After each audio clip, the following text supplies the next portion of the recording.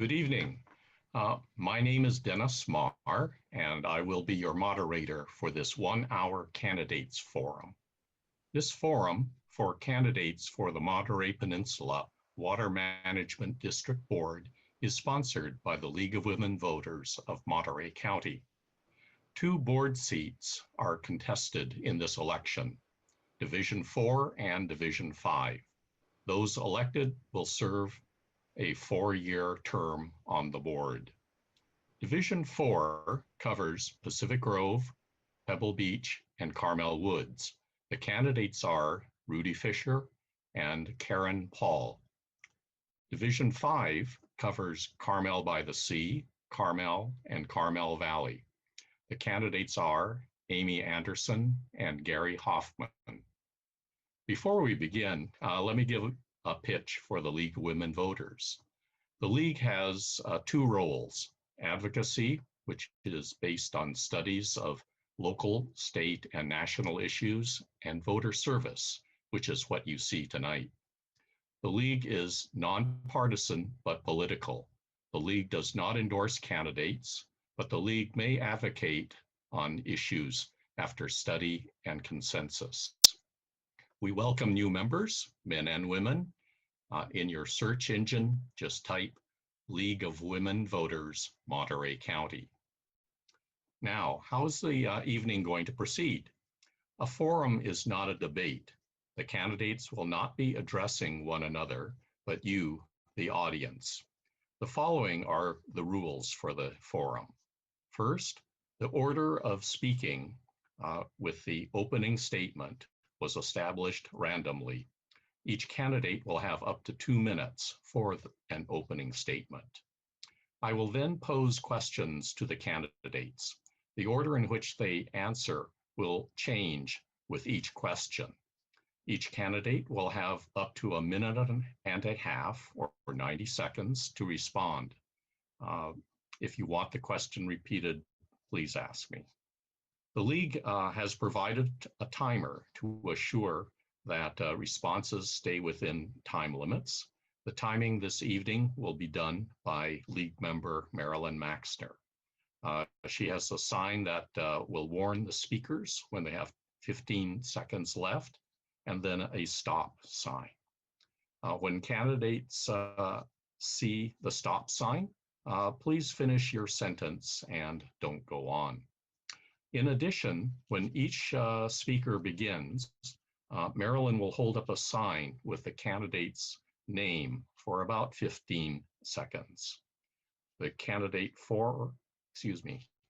Division 4 candidates' names will have a white background, and the Division 5 candidate names will have a green background. At about 7:55, I will stop the questions, and the candidates will then have 1 minute for closing statements. The candidates will speak in reverse order of their opening statements. When we used to meet in person at a candidates forum, the audience would submit questions as the event was going on. With our online event, we asked for questions from the community beforehand. The questions have to be applicable to all candidates, and they had to be on a topic that is within the purview of the Water Management District. Further, candidates will not be asked about how would they vote on some issue, because if elected, they might have to recuse themselves from voting when that issue actually comes before the board. Now is the time for the opening statements. The speakers will be first Rudy Fisher, Division 4 candidate, Karen Paul, Division 4 candidate, Amy Anderson, Division 5 candidate, and Gary Hoffman, Division 5 candidate. Rudy Fisher for a 2-minute opening statement. Thank you, Dennis. And I want to thank the League of Women Voters for hosting this forum. You know, I've done a few of these in the past, and the League always does a good job of managing the timing, which is important, and letting us get our information out there. So a few years ago, I had lunch with someone involved in the peninsula's water situation, and she told me that her solution to our water issues was to build a dam. A big dam would store the water that we would need for our needs now and in the future.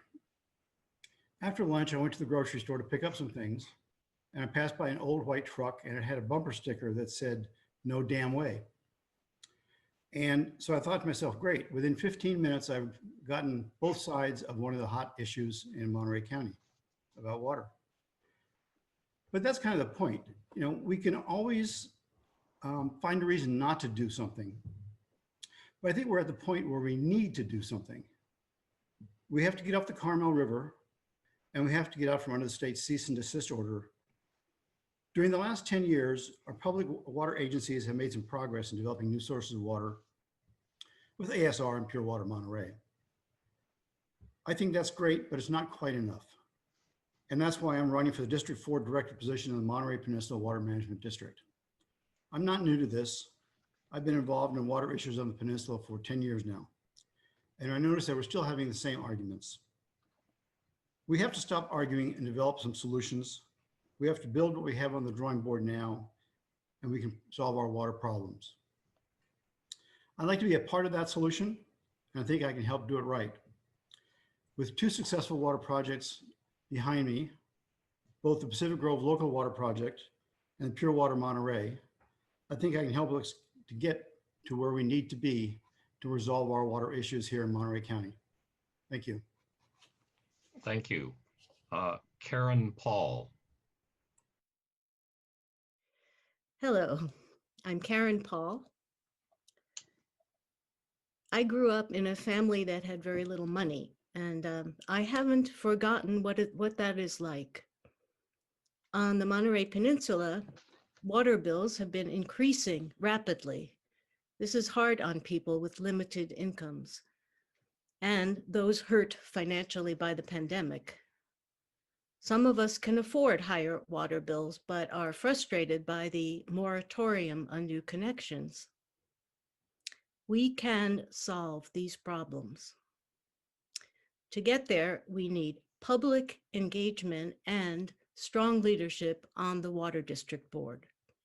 The kind of strong leadership that puts the needs of the community first. I bring skills and experience to the table that will strengthen the board during this critical period. In my 15 years as an attorney at the CPUC, I fought for the ratepayers of investor-owned utilities like CalAm. As chief counsel for the Independent Office of Ratepayer Advocates, I managed its advocacy on behalf of ratepayers in energy and water utility cases. The San Clemente Dam case was one of many. In September 2010, a PG&E gas pipeline in San Bruno exploded. It killed 8 people. The next 4 years, I represented ORA in complex proceedings to hold PG&E accountable and make its gas system safer. Some things are worth fighting for. My top 3 priorities, if I'm elected to the board, are to end the overpumping of the Carmel River and get the CDO lifted. And I will tell you my 2 other priorities later. Thank you. Thank you. Now for the candidates for Division 5, Amy Anderson. Hello, I'm Amy Anderson. I'm a 25-year resident of Carmel Valley, and I'm running for the Division 5 seat on the Water District Board.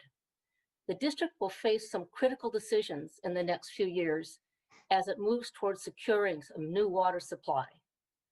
My training, experience, and collaborative approach uniquely qualify me to work with the board to make crucial determinations that we will live with for decades here on the peninsula. I received a PhD in marine biology from the University of California, and as a research scientist, my experience taught me to analyze complex data sets so I could come to data-based conclusions. During my 18 years as president of Chamber Music Monterey Bay, a local nonprofit, I developed management, financial, and collaborative skills that will be essential to deal with complicated issues. And finally, working with the successful Measure J and before it Measure O campaigns, I gained a deep understanding of the water challenges facing the peninsula. So where do I stand on the water supply issues, excuse me. I strongly supported the recent Coastal Commission staff report recommending denial of CalAm's desal permit. And I also supported the Commission's conclusion that the Pure Water Monterey expansion was the superior option to CalAm's desal for a more affordable and environmentally responsible water supply.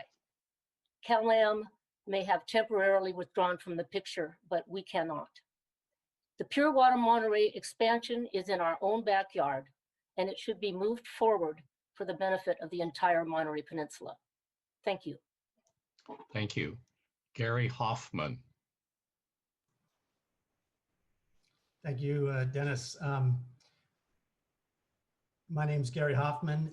I am humbled and acutely aware of the immense responsibility that I have currently serving as the Division 5 Director on the Peninsula Board of Directors.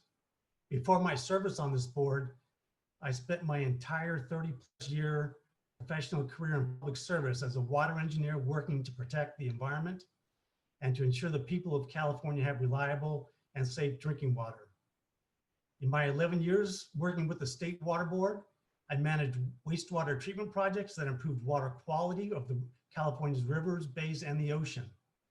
I'm particularly proud of my work in assisting the U.S. Justice Department in its consent decree negotiations with the City of Los Angeles to stop the city's ocean discharge of sewage sludge. I also served as the State Board's representative on a technical advisory committee to develop innovative treatment methods, technologies for reusing municipal wastewater for drinking. Following that, I worked 19 years with the drinking water program at the State Department of Public Health, where I issued permits and conducted field inspections of drinking water treatment and water supply projects, including in Monterey County and including the City of Sand City's desalination plant.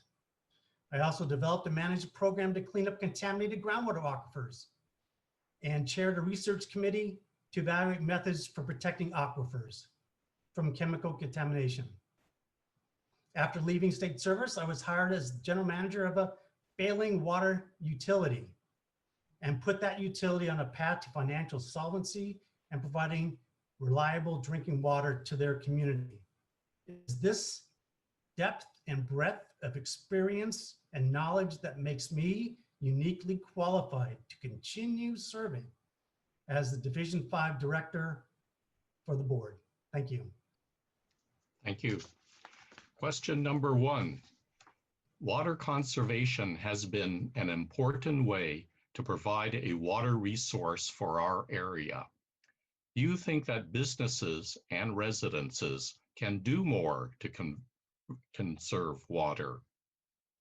Speaking first will be Amy Anderson, then Gary Hoffman, Karen Paul, and Rudy Fisher. Amy Anderson. Yes, I think there's always ways to conserve more water. I know that the businesses right now, hotels, for instance, are shipping their laundry out off site so that they're using somebody else's water to do this. Individuals can do a lot when it comes to watering their yards, if they put in drip systems, using gray water systems, if they can install gray water systems, and certainly there are programs that the Water Management District has that helps people to buy more water efficient appliances like washing machines and dishwashers. Probably the biggest way is for people to change their habits and be really aware that when they're brushing their teeth, they can't leave the water running. And I think that an improved presence in all of our lives for the Water Management District will help people get on board and work together for this kind of improvement in efficiency. Thank you. Thank you. Gary Hoffman. Thanks, Dennis. For me, water conservation is a vital component of a comprehensive water supply strategy for the district. I will advocate for the expansion of water conservation rebate programs for low-income households to install water-efficient appliances. I will also put forward policy initiatives to expand the use of gray water recycling for commercial and residential construction and remodeling projects. The district's water conservation efforts need to expand to include private well owners in the Carmel River watershed. I will promote initiatives to expand water conservation programs and technology innovations that will enable private well owners in the valley to reduce their water extractions from the Carmel River while at the same time providing adequate irrigation. All of these initiatives can be accomplished with a board that is focused on its core mission and that is not distracted by special interest groups that have agendas that don't have communities' best interests at heart. Thank you. Thank you. Candidates for division number 4, Karen Paul.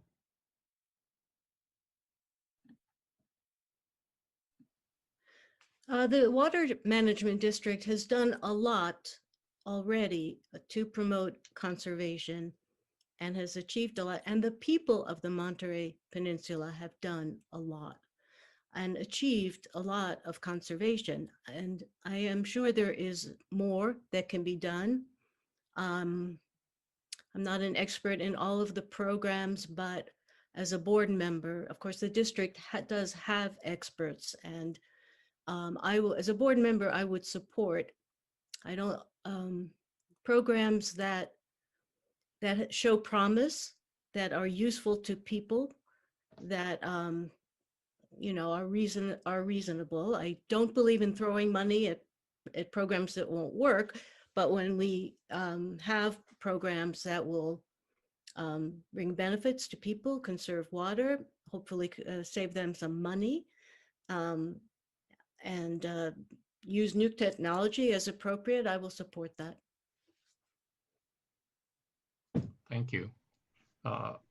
Rudy Fisher. Thank you, Dennis. Yeah, I think we did a great job over the last few years in reducing the amount of water that we use. You know, the route of 2012 to 2016 really made us sit back and take stock of our water needs and how we could do it more efficiently. Those of you who lived here at that time know how serious it was. You know, we got rid of lawns. We told people to stop washing their cars. We put in more efficient washing machines and dishwashers, and the hotels found better ways to do it. The Silmar got a huge rebate and some water credits for a major effort in changing all of their laundry facilities. The water district was heavily involved in that. They paid a lot of the rebates, and they encouraged and informed people of what could be done. They did a great job of getting us through that. We reduced our water use a lot, both businesses and individuals. We can probably do more, but we probably can't do as much as we've done in the past. So we need to be cognizant of how we use our water, and we need to create more water so we don't run into rationing situations like we did a few years ago. What that means is we need more water. Recycling can help, but we need more water. About a month ago, I finished a book called The Big Sip, and it talked about, it was only written 10 years ago, and it talked about the need for more efficient fixtures all around that, in your house and in your business. We've done a lot of that already. I'm not sure we can do much more. Let's get more water. Thank you. Question number 2. Do you think that we can meet the state's December 2021 cease and desist order, which refers to stopping overpumping of the Carmel River? This question will be answered first by Karen Paul, then Rudy Fisher, Gary Hoffman, and Amy Anderson. First, for Division 4, Karen Paul. Yes, we can. We can get the cease and desist order lifted by the end of next year. The way we can do that is the Pure Water Monterey recycling program which is in operation now. By next year, will provide 3,500 acre feet of new water. And that, combined with all the other sources of water that we have, will be enough to stop the illegal over pumping from the river. That's my answer. Thank you. Rudy Fisher. Thank you, Dennis. Yeah, and unfortunately, I would like to believe that, but unfortunately, I think that's incorrect. So I've talked to Dave Stolt. I've run my own numbers. I've talked to Paul Shudo. Pure Water Monterey is designed to put in to produce 3,500 acre feet of water per year. It can do that, but the injection wells are not performing as expected. The deep injection wells, which are supposed to pump in 1,000 gallons per minute, are only doing about average of about 700. One's at 625, one's at 720 or something like that. The Vados wells also are not performing as they should, and one of them needs to be fixed because it's having some subsidence issues. As a result, I suspect that they're only going to be able to inject around 1,000 or 3,000 acre feet of water. It's not how much you produce, it's how much you can put aside for use later on. The State Water Resource Control Board is looking at cutting back our water, and I think we may run into that where we have that imposed on us. We'll be close, but we're not going to, I don't think we're going to get there. And that's why I think we need to get serious about whether it's an expansion or a small desal plant or something else, expanding ASR. We have our feet held to the fire, and we need to perform in the next year and 4 months. Thank you. Thank you. For Division number 5, Gary Hoffman. Thank you, Dennis. Unfortunately, if you see the testimony that the Water Board gave on the Pure Water Monterey expansion and other correspondence, it is clear that they will not lift the cease and desist order, even with the expansion of Pure Water Monterey. That's just the way it is. And it's the inconvenient truth. And propaganda can say things over and over again, and it doesn't make it true, unfortunately. So what's the bottom line is that we need a comprehensive, multi-pronged approach, and maximizing recycled water, sure. But if you look at the EIR for the expansion, there were significant technical and environmental issues that were unresolved. And that in part is why that board did not certify the EIR. So that is telling. And so no, the state board will not lift the CDO based on the current circumstances. Thank you. Thank you. Amy Anderson. Thank you. I agree with Karen Paul. I have also talked with Dave Stolt, and he had an article in the Coast Weekly where he talked about this, getting off the river. It doesn't mean lifting the CDO necessarily, but getting off the river in terms of taking more than our legal amount of water. And I also hear that Monterey One Water is going to be drilling 2 or maybe 3 more wells.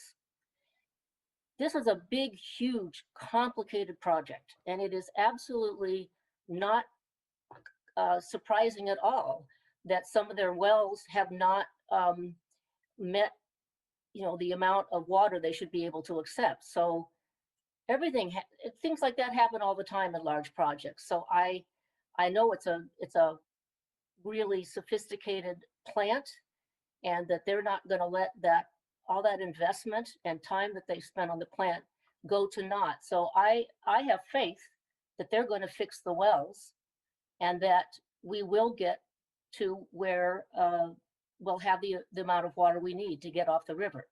So that's my belief, and I've heard it from the chief, and I believe it. Thank you. Thank you. Question number 3. At present, tiered water rates only apply to residential properties.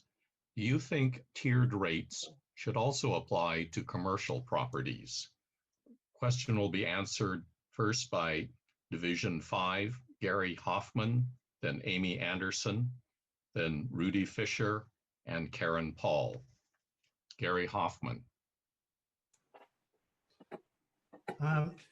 So the rate structures in general, I think, should be established to encourage conservation, and no group of water users should be exempt from maximizing their water conservation efforts. So to the extent that tiered rates encourage water conservation, they should apply to everyone. There should be designed, though, to recognize that certain users have an inherent amount of water they use, and to take that into account. But definitely water conservation needs to be encouraged, and tiered rates are a mechanism to effectively do that. Thank you. Amy Anderson. Yes, I agree with Gary on that. I think there should be tiered rates for both individuals and businesses. And having been a traveler myself, I see what happens when I go into a hotel. There's these little notes that say, throw your towel on the floor if you want it to be washed, and put it back on the rack. Well, I always put it in the rack, and you know what? They're always gone when I get back to my room. These kinds of things can be controlled by a hotel. They can talk to the staff about this. They're not in Spanish. Who knows if they can read them or if they understand? But I think that I personally believe that charging more in a city that has water difficulties, and that's going to be in many places in the United States, charging more for water is a reasonable thing to do. Telling your customers you're going to do that, asking them to use their sheets and their towels for 3 days, otherwise there's going to be a surcharge. I mean, this is a reality. Water is expensive, it's dear, and hard to come by, new water. So I think that there are things that can be done besides shipping the laundry out of the area. I think there are things that can be done by the commercial district to do this as well. Thank you. Thank you. Rudy Fisher for division number 4. Thank you, Dennis. Yeah, this has been a bone of contention for a long time, that the businesses, the hotels did not have the same tiered rates as residents do. I think they should be the same rate structure for everyone. It should be equitable. Businesses will be a little bit sensitive to that because restaurants and stores and businesses like that can't pass on the charges as well as, say, hotels. Hotels can pass on the charges, but hotels are doing a very good job of trying to make sure that people can serve.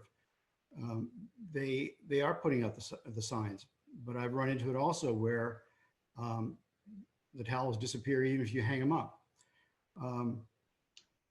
My wife and I use about 57 gallons per person per day.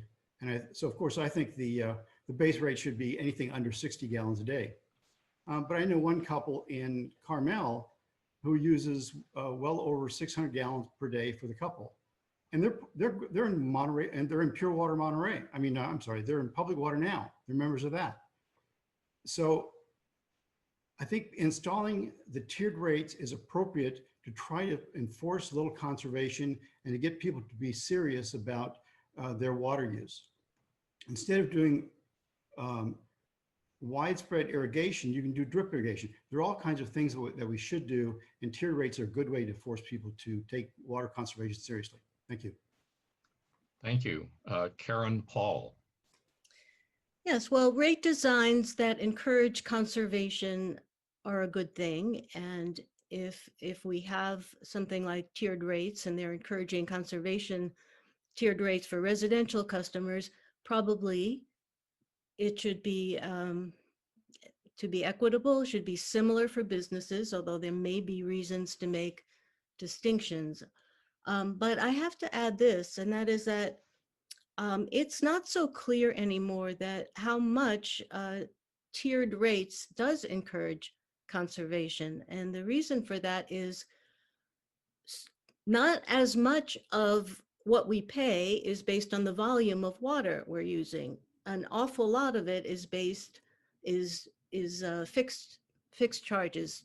It's from the paying for the fixed charges. And in the past years, we've had surcharge after surcharge after surcharge piled onto the rates, the volumetric rates. Things like a surcharge to pay for the removal of the Carmel River Dam, the San Clemente Dam, and many other expenses that got capitalized, CalAM's expenses that got capitalized and got passed on to the charges passed on to customers in the form of surcharges often. So that dilutes the effectiveness in terms of energy conservation of tiered rates. Thank you. Question number 4 is about recycled water. Should more be done to promote the further development, acceptance, and use of recycled water? Speaking first will be Division 4, Rudy Fisher, Karen Paul, Amy Anderson, and Gary Hoffman. Speaking first, Rudy Fisher. Thank you, Dennis. Yes, I absolutely think that we should do more on using all sources of water and recycling. I spoke about this at a water reuse conference a couple of years ago that was held here in Monterey. And I made the comment at the time, because I was representing Pure Water Monterey. I said, we will take anything wet, whether it's ag wash water, tile water, storm water, wastewater, anything that's wet can and should be recycled. Nature has been doing that for hundreds of millions of years. We can do it with technology more effectively, and we can help to provide the water that we all need. And recycling is a solution, but you don't recycle 100% of what you take in. There is some loss in the process. So we also need to supplement that with new water sources coming in. Thanks. Thank you. Karen Paul. Well, recycled water is a great resource with a lot of promise. We have proven technology. We know it works. It's been used in several places, even in California and elsewhere. And it can provide us with a lot of water. The project we have now and the expansion even more. It's quite a lot of water. And there's enough source water that, to do it. And recycled water has all kinds of benefits. It's low cost compared with the desal plant, low energy use, so it emits much less in the way of greenhouse gases, so it's a more climate friendly way of getting more water. It's environmentally friendly, doesn't harm the coastal resources. It helps us replenish aquifers. So it is a great resource and we should make the most of it. Thank you. Thank you. Division 5, Amy Anderson. Yeah, I am a strong believer in recycled water. And in 2019, the state of California adopted, I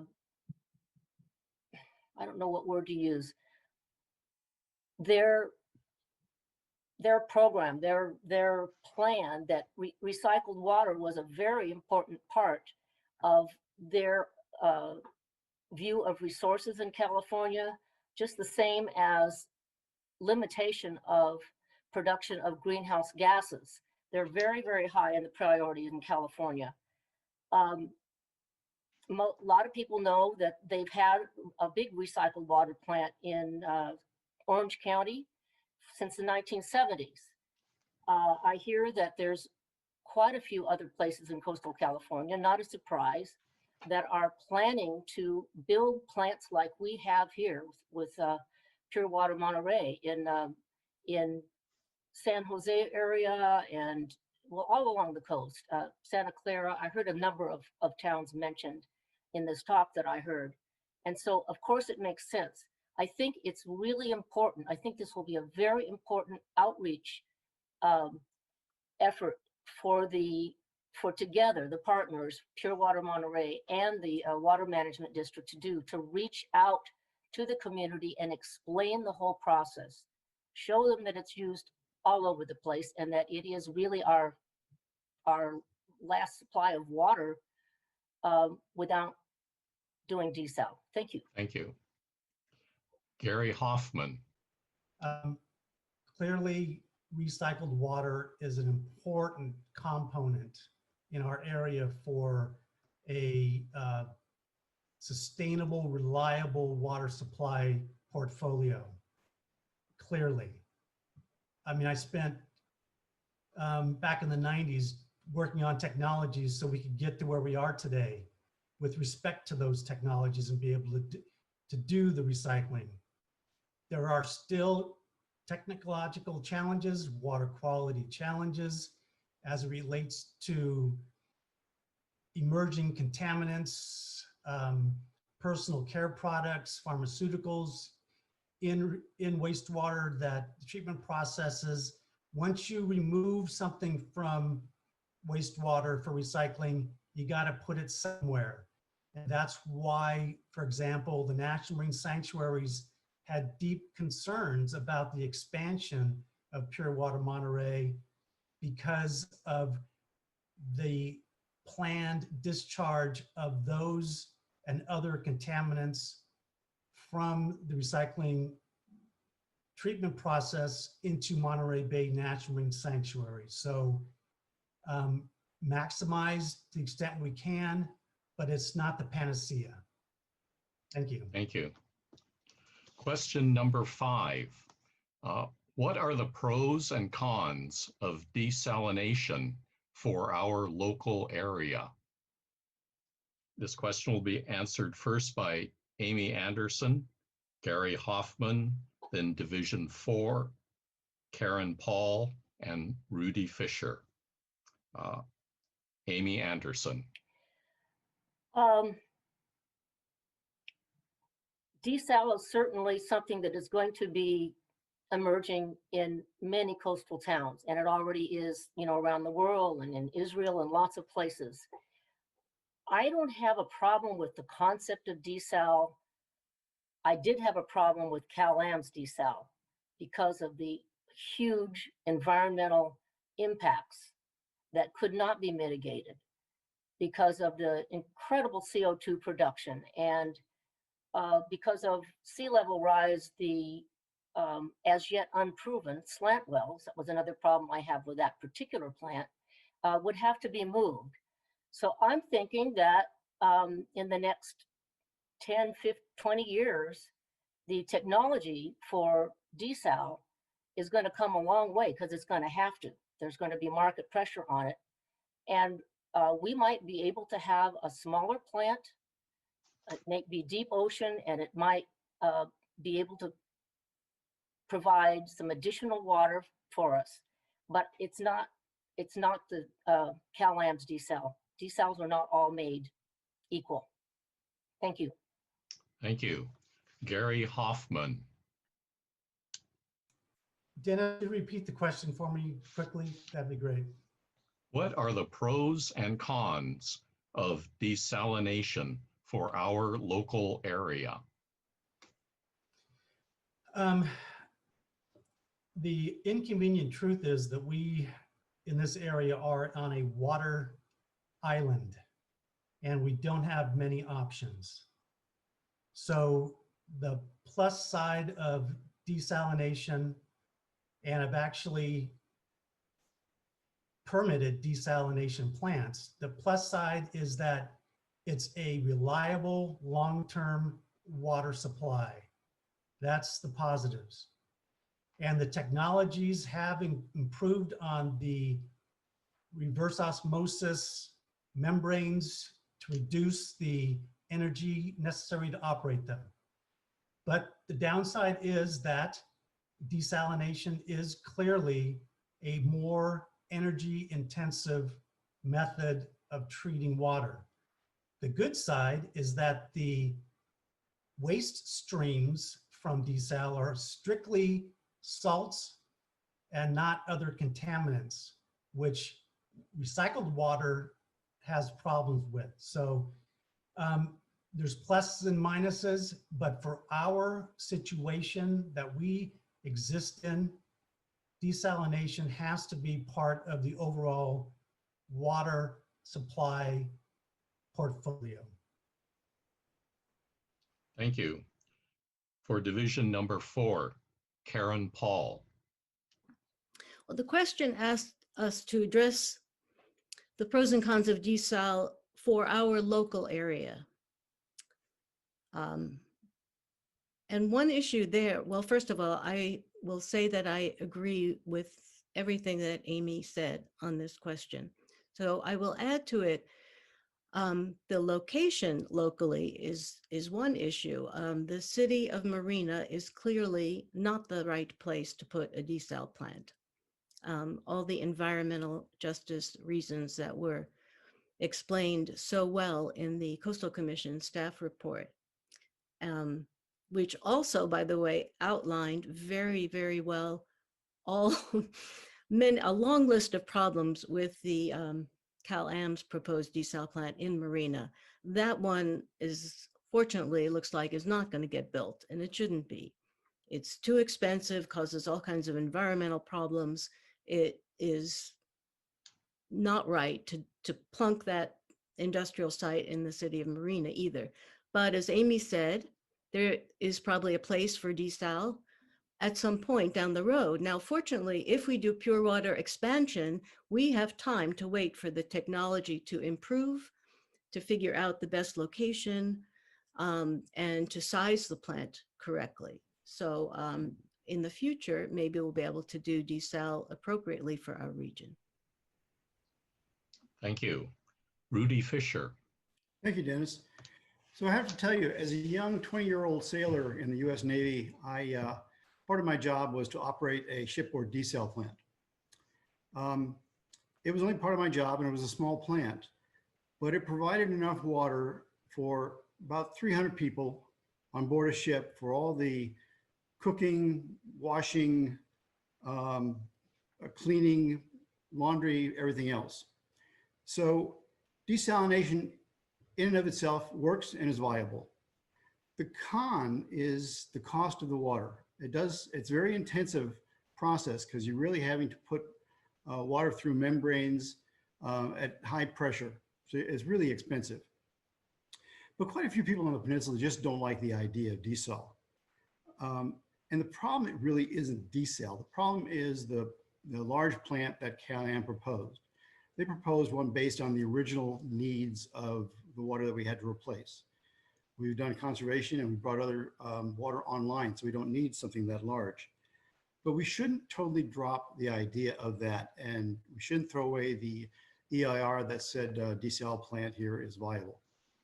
You know, a small 1.6 million gallon a day desal plant running at about 80% would get us about 1,400 acre feet of water. I did the calculations a few days ago. That's about 15% of our current needs. And it would provide us with a reliable and uninterruptible source of water.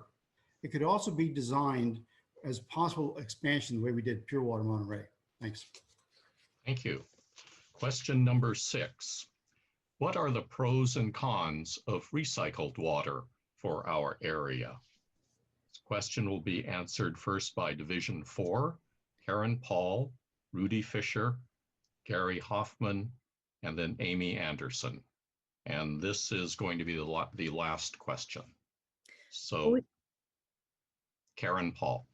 We've already addressed this question to some extent. There are clear environmental benefits. It's an environmentally friendly resource, recycled water, as we said. The cost is much, much lower than the cost of the desal plant. In the case, compared to the desal plant that Cal Am wanted to build, expansion of pure water would cost $1 billion less over a 30-year operating period. $1 billion less. That's $1 billion that customers would pay or not pay. That is a very, very, very big advantage of the recycled water. I think, and it also uses water that would not be used and has to be disposed of somehow. So it solves a number of problems, and it, as we said, does not emits very, very minimal CO2. So we really seriously need to consider that in any new projects, is the climate impact. And the water recycling expansion is clearly the winner as far as that goes. Thank you. Rudy Fisher. Thank you, Dennis. Yeah, I believe in recycling water. You know, I was very happy to be part of the whole process of getting Pure Water Monterey going. I feel like that plant is kind of my baby. I love the idea of it, and I think we can expand it and do a lot more.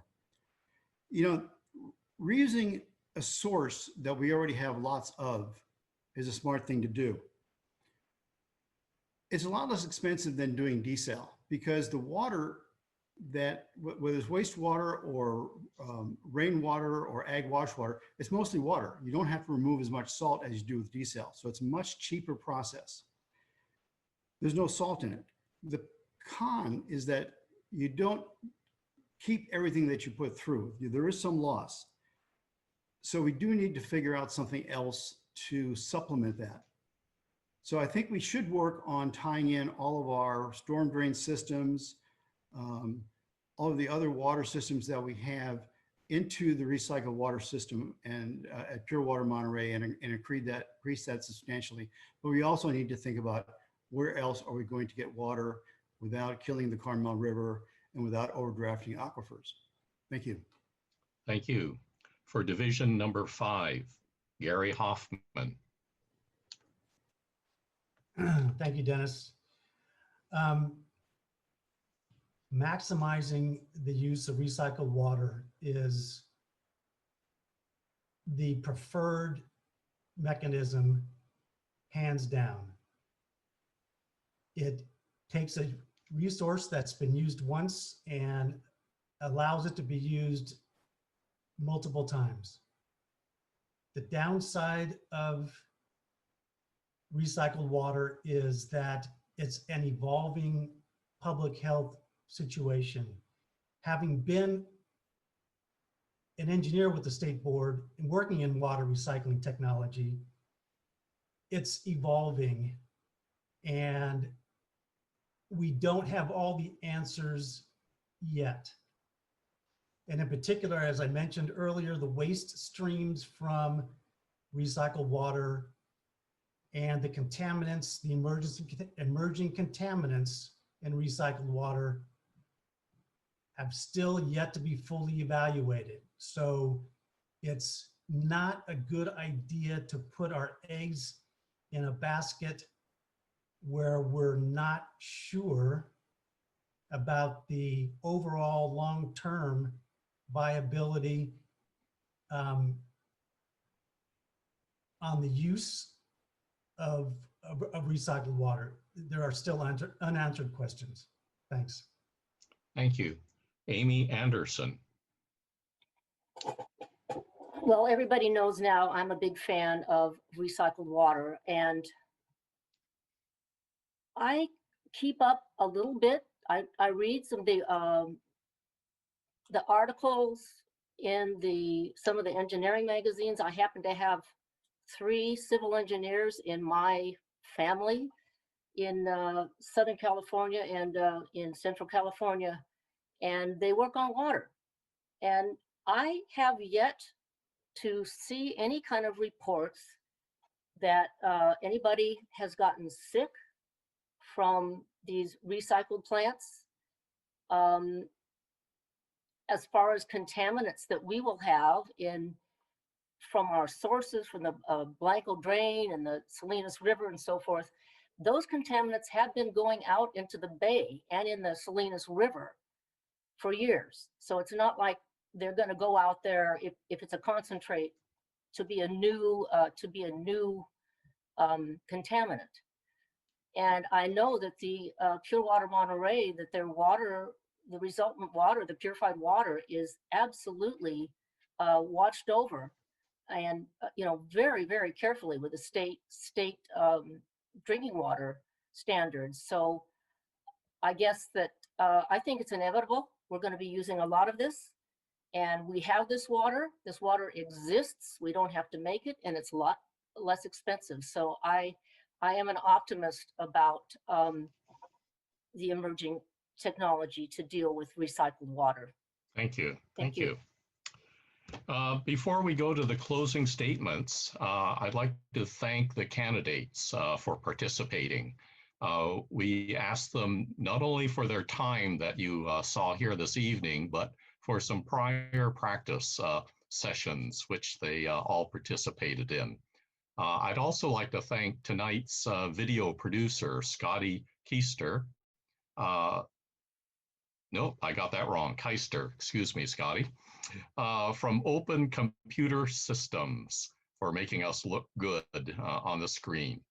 A link of this recording of this event will be available on the local league's website in a few days under luncheon videos. So you can go there and direct your friends and such to if they missed the live broadcast.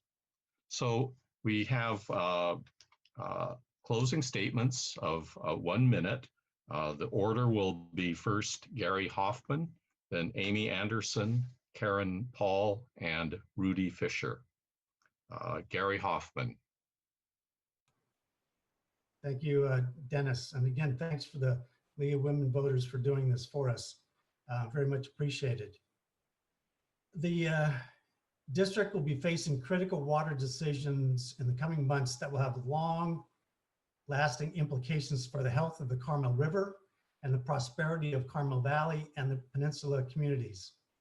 My 30+ years as a water engineer with extensive knowledge and experience in the planning, design, construction, and operation of drinking water facilities, including recycled water and desalination, makes me uniquely qualified to address the critical water decisions facing the district. Your vote for me is a vote for technically competent, science-based, fiscally sound decision-making to determine the best water solutions. I take my responsibility seriously, and I would never base any decision on political expediency or adherence to a particular special interest agenda. Thank you. Amy Anderson.